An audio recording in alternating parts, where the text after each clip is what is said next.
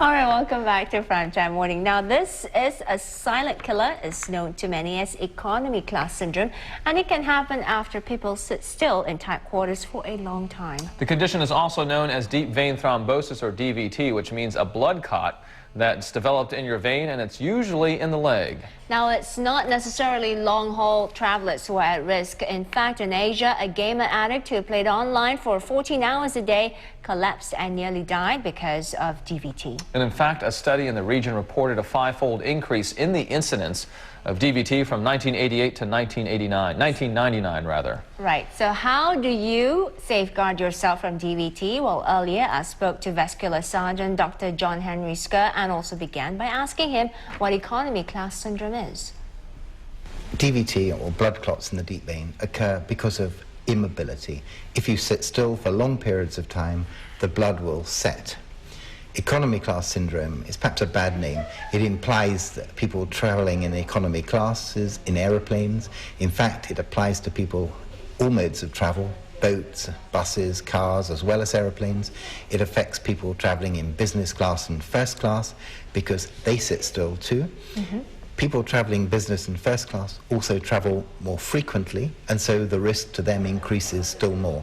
So it's not necessarily those who are traveling economy class, you have a higher possibility of getting DVT. It just applies to travelers across the board. All travelers across the board. It really depends on how long you travel for.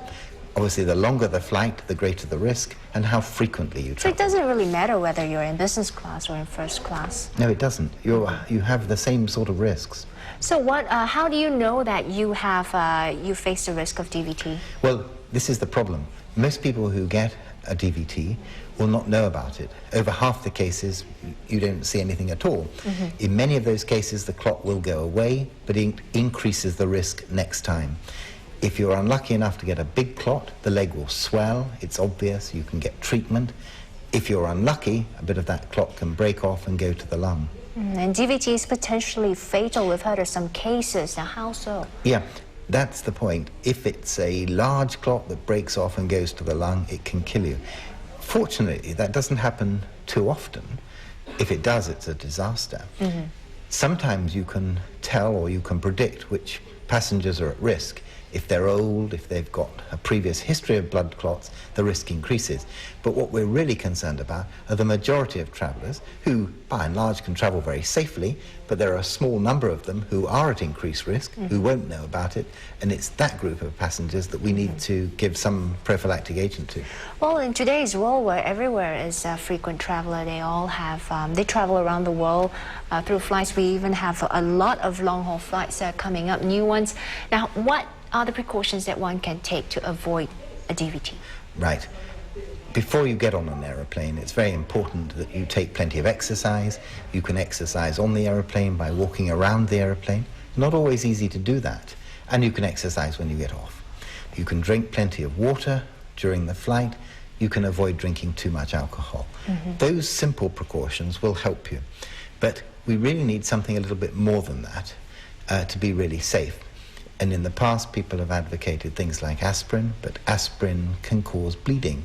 And it was for that reason that we developed Xinapin, which is a combination of products.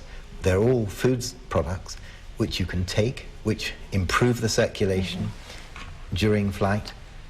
So this is the Xinapin that you're talking about? This is the Xinapin. And how do we consume it? You've actually had some yourself. Yes, this is me, in fact, traveling to Singapore. I've taken half of the dose. So this one to come and this one to go back? Go back, absolutely. You take one tablet the day before you travel, two on the day you travel, and then one the next day and one the day after. And when we talk about long-haul flights, how long are we talking about? How many hours exactly? Well, again, it's immobility. Typically, a long-haul flight is a flight over 5 hours, but as somebody pointed out, you can travel to the airport, you can sit in the airport, you can take a 2-hour flight, you're actually sitting still for 5 hours. I mean, the concern is that we are now traveling for longer. And one of the reasons why this condition is only now being recognized is because we're only now able to travel these great distances. And do those passengers who appear with a DVT after a long flight already have a blood condition that makes them more likely to have a blood clot? Yes, I think you can identify passengers who are more likely to get blood clots. That, in a way, is quite easy because you can give them simple precautions, you can give them anticoagulants. It's the group that we don't know about. 10% of the population have a condition called thrombophilia, an increased tendency to form blood clots. And so this can affect young people, both men and women. It's that group of people who are at risk, and of course they don't know they're at risk. And you earlier mentioned that one wouldn't know if he or she had a blood clot. So would you recommend passengers after their flight, after their long flight, to go and see the doctor? No, not routinely. I think if you are worried about flying and you've had previous problems, then it's sensible to go and seek medical advice. For the majority of passengers, you can travel safely, you can buy your Xenopin, you can get on the flight, you can take exercises, you can get off. The people who should see somebody when they get off the flight are people who present with swelling of the leg, particularly if it's one leg. I think a lot of passengers will get swelling of both ankles, and that's fairly normal. But if you get one leg swollen, that can be symptomatic of a blood clot. If you get chest symptoms, again, you should see somebody. So give me an example of an exercise that I could do when I'm on my seat in the plane to prevent a DVT, and how often I should get up to walk around, like you mentioned. The more active you are, the better. And if you can get up and you can walk around the aeroplane, perhaps every hour you can move up and down the aeroplane, that works very well. Sitting in your seat, just moving your feet up and down, is not terribly effective.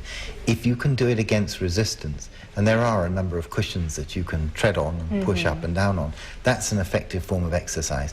The difficulty is people won't actually do that. And that's why taking a simple pill is a very easy, very effective way of doing it. And well, that was Dr. John Henry Scott telling us all about the economy class syndrome and also ways of avoiding it. Now, where were you when I was doing that interview? I was actually in economy class, but I was up moving around and I took my aspirin. Hopefully you did some exercises as well. Yeah, I did, yeah. All right, well, speaking of exercise, it's time now to flex your muscles. We'll give your hips and waist a workout with Muscle a Day.